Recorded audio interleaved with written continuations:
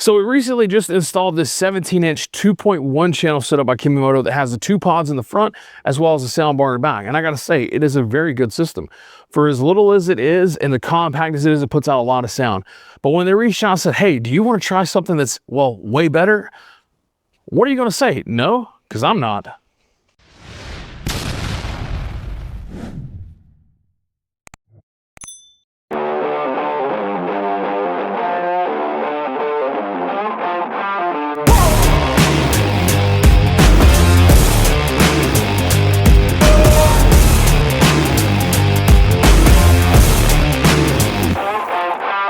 So now we have the Midnight 90. This thing is monstrous. It is huge. It is freaking, I mean, it looks awesome. I mean, we're gonna hope it sounds as good as it looks because this thing is huge. Now, I wanna tell you, there's actually 4 different mount systems for this setup. Depending on what your situation is, it will determine which one you're gonna buy. The one we have, we're actually gonna turn this baby this way, and we're gonna hang it down from the roof right here in the back, up against the bar behind our heads because, well, why not? You got to have the sound right here beside you. I'm just impressed with how big this thing is. But there's also some really other cool features we're going to get into in this video later on. One being that it actually has lights for a actual overhead light, which is really super nice. So we're going to get the roof off. I'm going to get this thing installed. I'm not going to show the whole process of installing because it's really quite simple. It's like any other soundbar. You literally have your mounts that go on top, you bolt it to the roof or to your cage, and then you literally hook in your power wire to your battery and you're done. There's nothing more to it. So we're gonna get to this thing, get it installed. I'll pick back up with you here in a minute, show you what it sounds like. So one thing I want to show you guys is if you have a Razor, I should say, at least my 24 Razor, with the factory roof on it, when we have it up there, there is a bar in the middle, so I cannot use the center hole for a mount. So what I've done is gone off to the side. Now, I have also, this thing comes with tether, which I highly recommend. As heavy as this thing is, I highly recommend. Now, they actually show you using the back holes back here to put the tether on. You're also going to get, of course, your rubbers. You have your thin ones, and in the box here, there's also your thicker ones. So depending on what thickness of tube you got, you're going to use the right ones of these, as well as you have a short bolts and long bolts. Just have to figure out which one is right for your machine and for your tube. So they actually tell you in the book, so definitely recommend the book, tell you the right ones to use depending on what size tube you got. Well, I just got done testing out this wonderful system here, which I'll have a whole nother video on that.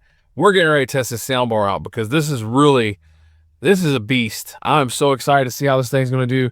I'm going to get hooked up to my phone. We're out on the streets. We're going to get some really high speeds today, see how well this thing picks up, and see if this is something you are interested in because I'm excited. This is a big sound bar, but you know where I've got it mounted at? It's not near my head. Like, and I mean, I'm not a huge guy, but I'm 5'11", 5'10", 5'11".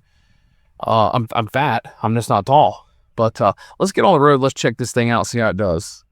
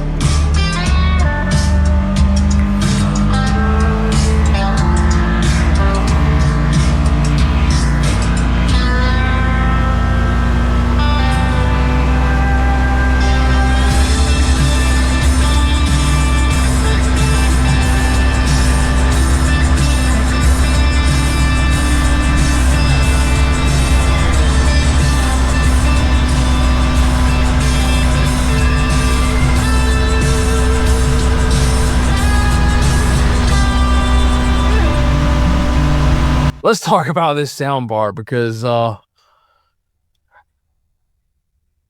it's kind of left me a little bit speechless because the fact is I didn't realize how much better this would be at high speeds with a window wide open than any of the others I tested. I mean, I've tested quite a bit at this point. I've tested quite a few of them. And I've got to say, this one, hands down, absolutely hands down, you can hear the best at 70 mile an hour with the window wide open and the wind buzzing past your ears. You can still hear this one really, really good. I don't know how well the camera is going to pick that up. It's so hard for, it's hard to pick up sound over a video a lot of times. And for you guys to really understand how it actually sounds and hear it properly, because you're taking it from a speaker to a microphone to another speaker. And, it's just, it's hard to capture the sound of this thing. But I've got to say, it is very, very impressive.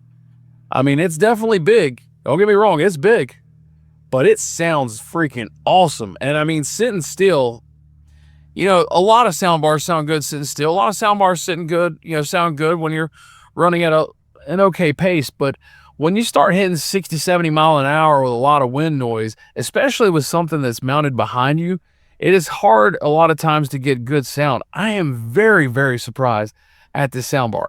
Now, how many times are you going to be running 70 mile an hour with a window wide open, layered to it? I don't know. Probably not a whole lot. But there's going to be maybe some times, but this dang thing is going to do it. And it has a lot of really cool features. I really like the whole deal where we have the extra lighting in here. So at nighttime, we can turn this on and get a little light in here if we need to. All the buttons are very big. They're very easy to press. You can literally feel, each individual one. So once you kind of memorize, you can say, oh, if you want to use this, you've got the pause button, play button. You've got the skip forward. You've got your volume up and down. Now, this does have an FM radio built in now. I believe there is an antenna that you got to put on and hook up to it, but I don't ever use the FM radio, period. I'm going to use Spotify, or if I'm doing videos, I'm using Epidemic Sound. So that is not a concern for me. Like I told you in the past, you have your LED buttons here that you can go through and change all your LEDs. If you want to do it that way, you have your light there, as well as your presets, depending on if you want bass boost or if you kind of want more of an equal, which equalizer you want. You find what you like the best. But you have a main power button here, but you also have a power button over on the side over here that you can actually press there and kill power to the entire thing for sure. I have on the side here. So you have your auxiliary, you have an auxiliary in there, 3.5 millimeter jack. You have an auxiliary out, 3.5 millimeter jack, as well as right here is where your antenna would go in if you want to put your FM antenna in there, as well as you have a USB. So this thing has a remote with it as well. So if you want to control by that. But the other cool thing as well is that there is an app for this. Let me show you guys. So Kemimoto has their own app here. And what you're going to see is you're able to pull this up and you're able to find your device. Once you get your device connected, you can log into it. And from here, you can turn it on or off. You can also go through, change your volume. You can change your lights all off of your phone here. But let's take a little bit better look at these lights, because I got to say, they look freaking fabulous at night. So as you can see here, this is where we can go through and actually change all of the colors, and basically anything, any color, whatever you want, you could do monochrome. So you can kind of dim these down as well. You can also brighten them up. You have a full slider scale. And then you get into where you actually, if you wanted to flash, you can actually have them strobe. You can speed the strobe up. You can slow it down. You can turn it completely off. Now let's take a look at these color transitions. So if we actually switch over to color transitions, what you're going to see is there's so many different, there's actually 62 different color transitions here. First off, we have the breeze sequences. And from breeze sequences, you can see there are quite a few different options. You can go from red to yellow breathe. You've got green cyan. You have quite a few colors there. You even have a 3-color options where you have red, green, blue, yellow, cyan, purple. You have solid colors. You have flashes. And like I said, you pretty much have just about any color combination you can think of in these flash modes. There's just a plethora of things in here. You have a gradient. So if you're one that doesn't really care for the flashing, but you like how it, gradually fades in and out. You have a 7-color gradient. You have a red and yellow gradient. There is, and like I said, you can actually speed up the gradient here. You could do this with any of it. You could speed up and slow down however fast or slow you want them to actually flash or to actually fade through. And even with these modes, you can still have them do a flash. So if you're a person that really likes flashing, you have that option with basically every color in this thing, every type of color. Then here you have the blackouts, which you'll see here. This is what's considered the blackout. This is a 7-color blackout. Then you have flash modes, and this is where you really get the multicolor LED. This is, to me, where you see it shine. It's just different. It's just not a solid color going from one color to another. No, this is chasing sequences. You have different curtain colors, which you see here. They kind of fade from the top down. You have, I'm telling you, there's joins. So here, this is kind of the reverse of what we just seen, where they start at the bottom, finish at the top. The other one was the other way. You have, I mean, everything you can imagine on this thing. Now, you also have, in the flash mode, you have these blocks as well. So you have like rainbow stack. This is considered a forward rainbow stack. And as you can see, it just basically stacks the colors on top of each other. You have, literally, there's over, let's see, what is there, 40 something things here in the stack mode. Then you have color changing mode. And this is where it just stacks the colors. I say stacks the colors. You see exactly how it's doing. It's stacking colors all up along. It's actually really cool. And like I said, this, once again, you can speed this up. You can speed it up as fast as you want. You can slow it down. You can add the flash into this. Then you have trailing modes. You have meteor tails. You have a 4-stage run. You have a 3-segment run. You have a phantom run.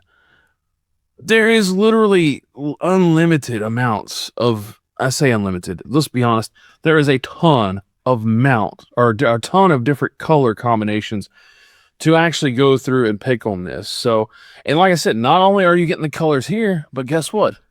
Down here at the bottom as well, their colors are changing down there. So it's not too much. It's just the right amount. It's not overly bearing. Sometimes a little too flashy, but this is like perfect for when you're riding and stuff. You can still see the cool colors, but it's not, hampering your vision or anything like that. Now, the other cool thing too, like we talked about before, is you do have this dome light, which adds, I don't know if you can really tell it, but it adds a ton of light here in the cab in the front here. And I can actually see, well, I can see my dash really well. I mean, just to kind of give you an idea, there is a huge, and actually probably is best if we just go ahead and turn off these real quick, because that gives you a better idea of the light, which I think is absolutely perfect. It's not easy. Once again, it's not blasting you out on the inside, but you could see everything. You can see down your floorboard, you see all your dash, and you open these up, you can see in there. So it really, really adds a nice touch to it. But guys, that's enough about this. We've got another video coming out soon on this fan system from Kemimoto as well. So we'll have that coming pretty soon. But guys, this thing, I'm going to put a link down in the description below if you want to pick one up. I'm telling you, it's got a lot of cool features. You won't regret it. So anyway, guys, appreciate you all for watching. We'll see you on the next one.